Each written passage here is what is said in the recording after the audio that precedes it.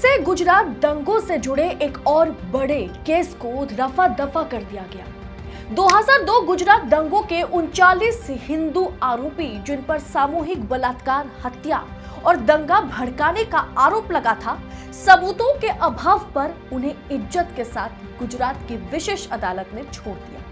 यानी बिल्किस के बाद ये फिर एक नया बिल्किस के बाद ये दूसरी बड़ी घटना है, जिसके बाद किस तरह से सरकार प्रशासन सवालों के घेरे में आ गई है। फिर से गुजरात दंगे पर मोदी सवालों के घेरे में आ चुके हैं। आगे मैं आपको विस्तार से वीडियो में बताऊंगी, लेकिन सबसे पहले आजाद मीडिया को सपोर्ट करने के लिए देशनीति को सब्सक्राइब जरूर करें और थैंक्स ऑप्शन का वीडियो के बाद इस्तेमाल करना बिल्कुल ना भूलें। देशनीति, केवल सच्ची और पक्की खबरें। दोस्तों, स्क्रीन पर आपको ये तस्वीर दिख रही होगी। इधर उधर की बात ना कर ये बता बिहार क्यों जला। अच्छी बात है, एक पत्रकार को बिल्कुल इसी ढंग से यही सवाल सरकार से, मुख्यमंत्री से पूछनी चाहिए। यही सवाल ममता बनर्जी से भी पूछा गया, लेकिन ये सवाल कभी भी नरेंद्र मोदी से या योगी आदित्यनाथ से या मध्य प्रदेश में अगर दंगा होता है तो कहीं जो है मध्य प्रदेश की सरकार से, सीएम शिवराज सिंह चौहान से नहीं पूछा जाता। ये सवाल कभी भी नरेंद्र मोदी से नहीं पूछा गया कि इधर उधर की बात ना कर ये बता गुजरात 2002 में क्यों जला, क्यों ये हत्यारे, बलात्कारी आज खुलेआम घूम रहे, क्यों गुजरात को जला के राख करने वाले इज्जत के साथ जिंदगी जी रहे। जिस दंगे ने नरेंद्र मोदी का वीजा रद्द करवाया, उस दंगे पर पूरा देश, मीडिया किस तरह से खामोश नजर आता है, हम सब ने देखा। और अब ठीक बिल्किस के साथ जो हुआ था वैसा फिर से किसी पीड़िता के साथ हुआ, पीड़ित परिवार के साथ हुआ।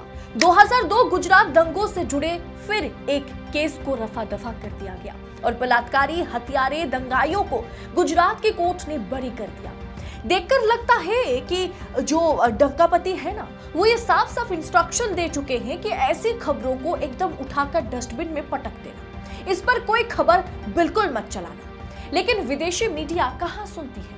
इतना झमेला के बाद, इतना विवाद के बाद भी बीबीसी ने इस खबर को फिर से गुजरात सरकार को जो है, बीबीसी ने इस खबर के जरिए फिर से गुजरात सरकार को घेरा और साथ ही साथ दी वायर जैसे तमाम जो मीडिया है, जो दरबारी मीडिया नहीं है, उसने इस खबर को जो है कि प्राथमिकता से ऊपर जगह दी। दरअसल मामला क्या है, गुजरात की एक विशेष अदालत ने साल 2002 में हुए गुजरात दंगों के 26 आरोपियों को सबूतों के अभाव पर बरी कर दिया। इन आरोपियों पर इल्जाम था कि उन्होंने कलोल में सांप्रदायिक दंगों के दौरान अल्पसंख्यक समुदाय के 12 से ज्यादा लोगों की हत्या, सामूहिक बलात्कार किया था। इस मामले में कुल 39 आरोपी थे। मामले के लंबित रहने के दौरान इनमें से 13 लोगों की मौत हो गई। इन लोगों के खिलाफ मुकदमा खत्म कर दिया गया।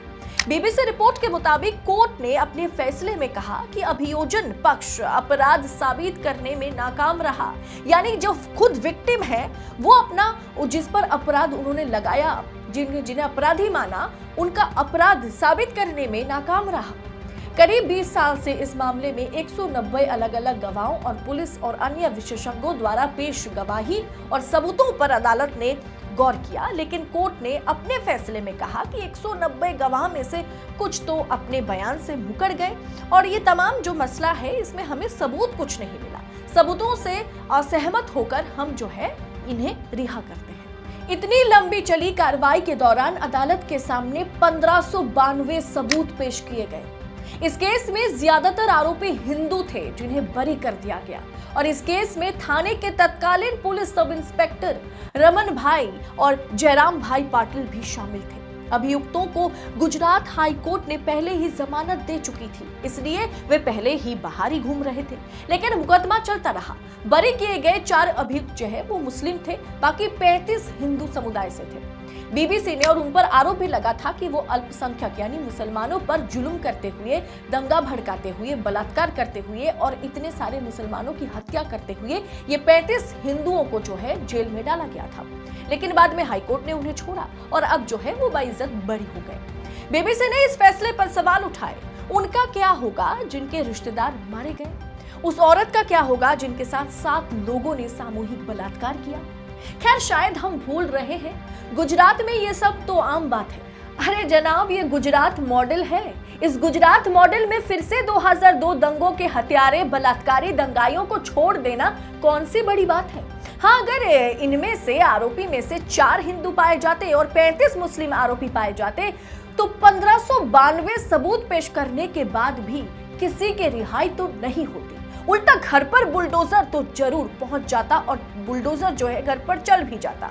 लेकिन जब कानून को ताक पर रखकर नाम में धर्म और कर्म ढूंढा जाए तब इससे ज्यादा न्याय की उम्मीद नहीं की जा सकती। यानी गुजरात दंगे की एक और सच्चाई को जो है दबा दिया गया, उसका चैप्टर ही क्लोज कर दिया गया। क्या है आपकी राय इस पूरे विषय पर? आप अपनी राय कमेंट कर जरूर बताएं। बाकी सच को किस तरह से दबाने की, कुचलने की कोशिश हो रही है वो आपके सामने है। ऐसे में आप देशनीति का साथ देंगे या नहीं देंगे ये आप पर निर्भर करता है। लेकिन अभी लोकतंत्र का चौथा स्तंभ जो है वो है मीडिया। स्वतंत्र मीडिया को सपोर्ट करने की बारी है। अगर आप जब तक ना देशनीति जैसे तमाम स्वतंत्र पत्रकारिता को, तमाम मीडिया चैनल को सपोर्ट नहीं करेंगे, तब तक जो है लोकतंत्र का चौथा स्तंभ जिस तरह से चरमराया हुआ है वो उसी तरह से रहेगा। टीवी मीडिया को एक साइड में कीजिए और आजाद मीडिया का हाथ पकड़िए और आगे बढ़िए।